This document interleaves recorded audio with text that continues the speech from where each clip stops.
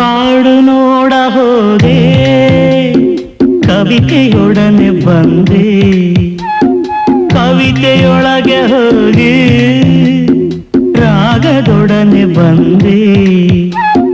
ಕಡಲ ನೋಡ ಹೋದೆ, ಮಾಯದ ಕಲೆಗೆ ಬಲೆಯ ತಂದೆ, ಬಲೆಯ ಬೀಸಿಗಾದು ಮೋಹದ ತರುಣಿಯೊಡನೆ ಬಂದೆ. ಮಾತನಾಡಲು ಅವಳು ಮಾಯವಾದಳು, ಕಾಡು ನೋಡ ಹೋದೆ, ಕವಿತೆಯೊಡನೆ ಬಂದೆ.